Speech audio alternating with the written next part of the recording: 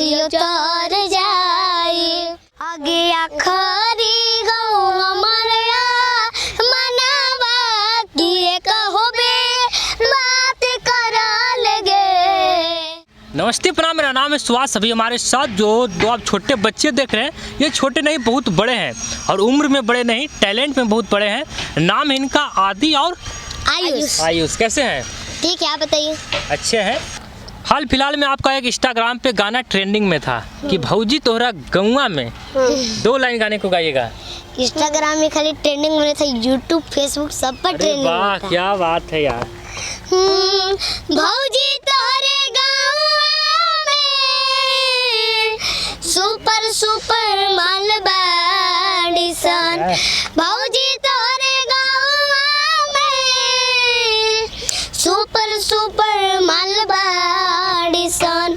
सच कहतानी भौजी एकदम बवाल बाड़ी सन।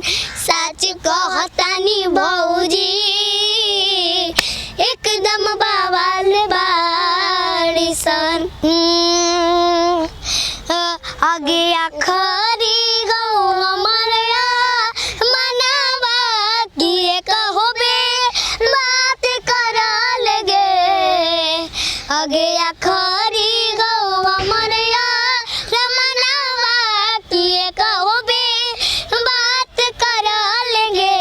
आगे सुनाया रावा गौ भरती पटनावा में आके मुलाकात करल गे। क्या बात है। खेसारी लाल यादव का गाना गाइएगा। हाँ, प्यार में तोहरा पिटाइल बानी घर से। प्यार में तोहरा पिटाइल बानी घर से। नइखी मिलत बाबूजी के डर से। प्यार में तोहरा पिटाइल बानी घर से। नइखी मिलत बाबूजी के डर से। वाह, क्या बात है। कितना सुरीला आवाज है इनका। काफी छोटा बच्चा है दोनों, काफी कम उम्र है इनका। उम्र कितना है जी? इतना टैलेंट, इतना मेरा 5 साल, इसका 3 साल। अच्छा, 3 साल के आप हैं। फिर भी सब्सक्राइब करवाना जानते हैं ना। अच्छा, क्या बात है। पढ़ाई करते हैं? हाँ। स्कूल जाते हैं? स्कूल तो अभी नहीं जाते हैं, लेकिन पापा ट्यूशन लगवा दिए। ट्यूशन जाते हैं? तो वहाँ लड़की रहती है? ट्यूशन में कौन लड़की रहेगी? हम लोग पर्सनल पढ़ते हैं। हाँ। अच्छा, स्कूल नहीं जाते हैं? स्कूल अभी नाम लिखवाए गए। इतना मतलब कम उम्र में हारमोनियम बजाते हैं? हाँ, हारमोनियम बजाते हैं। क्लास करते हैं ना म्यूजिक के? हाँ। पवन सिंह के कोई गाना गाइए। चलो। का भाई, का भैया काहे लाल बड़ो? अरे का कोही रे, मने नहीं खेलागत रे। मन में का हो गइल बा? ओकरा से मिलला बड़ी दिन हो गइल बा। केकरा से हो? अरे ओकरे से। केकरा से? सब समझ दे बात। अच्छा, बुझ गनी। एगो बात कही का, एगो जुगाड़ बा, मिला दे। मिलाऊ ना रे। तो चलो इधर ना। अरे आइल बानी तोहरा गलिया केने बारू हमर ललिया। देखो नैया रावा के कैसन भइल बा होलिया।